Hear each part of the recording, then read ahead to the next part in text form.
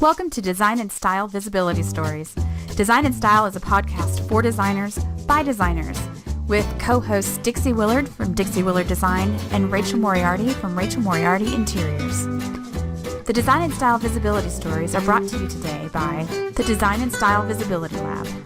The Visibility Lab is the only membership group that focuses on the latest strategies and tools to help you get more visible while showcasing your specific brilliance. We've got weekly online office hours with both of us, monthly topics, in-depth worksheets, and exclusive monthly trainings. Okay, we are here with Shelly Herman for Visibility Stories. Shelly, welcome. Thank you so much. I'm so excited. And Shelly's company is Grace Interiors. Did I say that right? Yes. Yep. That's right. Tell us about it.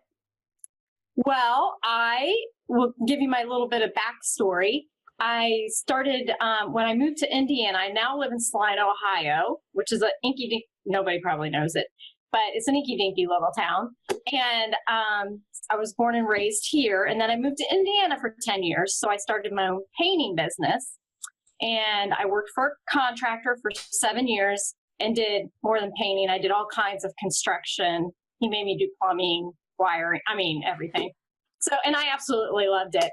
Well, then I started my own painting business. I did historical homes. I even did exterior. So I really love to paint. So that's why I started the interior painting. And then I decided that I wanted to do my interior design. So I started school at South Bend Ivy Tech in South Bend, Indiana.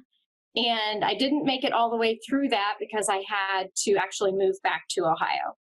So I decided that I was still going to start my interior design, and I still have my painting business also. So my goal is working towards just the interior design, which I'm getting super busy right now with that. And then maybe I won't have to paint. That's my goal. Now, do you actually do the paint yourself? Yes, I do all the interior painting by myself. Yep. That's amazing. I'm just really fast at doing it, so I just do it on my own. My gosh, that's a great story. I did not know. That's amazing. That's so cool. So tell us how you came across us. How'd you find Design and Style? I'm always looking for new groups that will improve me and educate me. And, I somehow was just on Facebook and somebody must have shared it or something. And I'm like, oh, I'm clicking right on that baby. So and I joined, and it's been great ever since. Awesome. You guys are really pushing me to be more visible for sure. Cause I really, like, when I get up and speak in front of people, I get real nervous. Like, I can feel it in my stomach, but I actually went to a women's business meeting group last week, and I had to get up and talk. It was real quick. You just introduce your business and what you do, that type of thing. And then I decided to become a member of that group. And then I decided that wasn't enough, so I'm going to be a board member. So I'm like, well, anything, just because of what I've seen with you guys, I'm just pushing myself to be more visible. You did that during our visibility challenge. Yes, I did. And that was your first visibility challenge. How did that go for you? It went great. Yes, I did. Yep. And the next one was I did a Facebook Live also. That one, it went really well, but I sure was a nervous wreck doing it, And so my family all watched it, and they were like critiquing me and like, of course. And I guarantee that they are critiquing you more than anybody else is. Yeah. And I was like, well, that's fine. Critique me because, I got to learn. And that's, the more you do it, the better you get. So, absolutely. Yeah. Oh, yeah. You should have seen our first ones. Oh, you will not find our first ones. No, they're gone. I know that they say everything stays on the internet forever, but we made sure it got scrubbed. We totally acknowledge you for just jumping in, new to the group, jumping into the challenge, doing every single day. It's amazing. And then volunteering to do, this visibility, tell your visibility story as well. Like, I can definitely feel that this is a year that I even saw that on one of your posts that your word of the year is courage. Yes, my word of the year is courage. And it's funny because I bought a new book, and because I'm reading more books to build my, just to build my who I am and make me a better person to help others.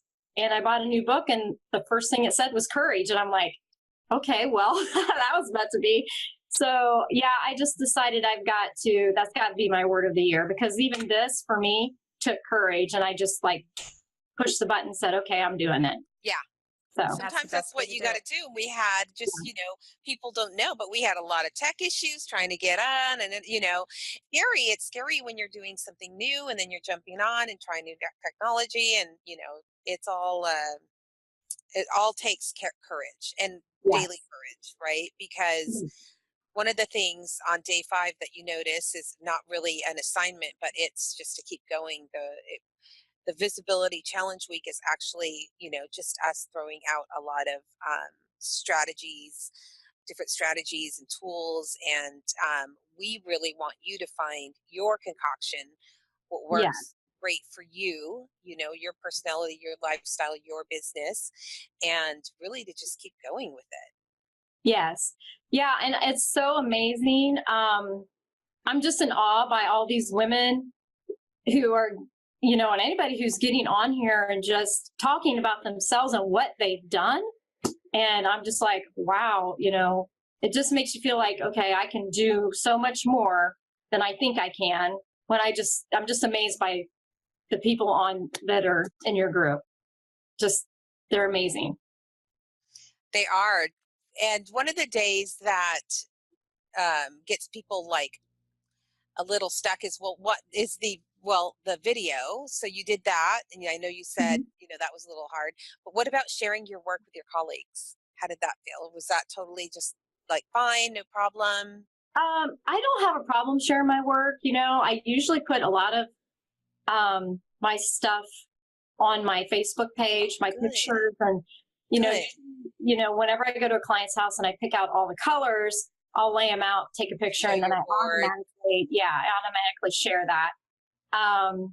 So my goal now is I have to find a photographer to take these pictures for my homes that I've done, so I can get those on my website and to build my website more. So that's my next goal. A photographer, professional photography makes all the difference. It does. And I'm just, I'm one of those, I can get very overwhelmed. I'm like, I cannot do all this by myself. So it's too big, I don't want to be responsible for the photography part of it. I'm like, I want somebody to just do a great job for me. So I'm looking for that right now, for that person. Tell us what you have planned for this year. I mean, your word's courage. You started, you've really started off with a bang. We're only in mid-January, so. Well, you know what? I turned 50 in January. So I'm like, that's it. I'm going for it. This year, I just want to build my clientele and get my name out there and just do my best for my clients and just build my business.